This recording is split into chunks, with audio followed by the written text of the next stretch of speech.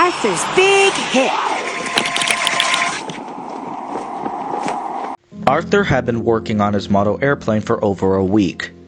It wasn't just a toy, it was a project. Carefully glued wings, paint that had to dry just right, delicates he had to place with tweezers.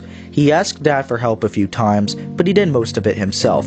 DW kept hovering. "What is that thing?" she asked, leaning in close while Arthur used a toothpick to dab glue on the tailpiece. "Don't touch it, DW," Arthur warned.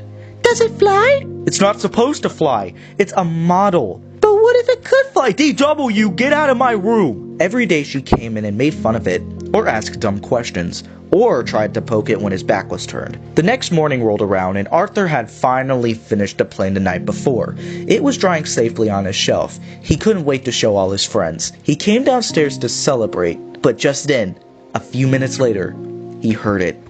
A crack. A crunch.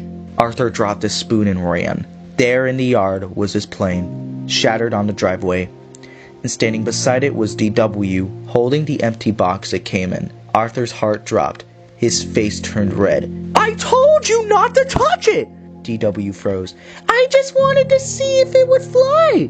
Arthur clenched his fist. Everything boiled up at once. The days of her poking, mocking, messing, and this. "I told you not to touch it!" He then punched her, right in the arm. She screamed and burst into tears. Later that day, Arthur was sent to his room. He sat on his bed, face in his hands. His dad came in, serious but calm. "Arthur, we need to talk." I know, I shouldn't have hit her," Arthur muttered. "You're right, you shouldn't have," David said. "You're grounded. No TV for a week." Arthur nodded silent. "But we also had a talk with DW," Dad added. Arthur looked up. "She knew she wasn't supposed to touch your plane, and she went into your room when you weren't even home.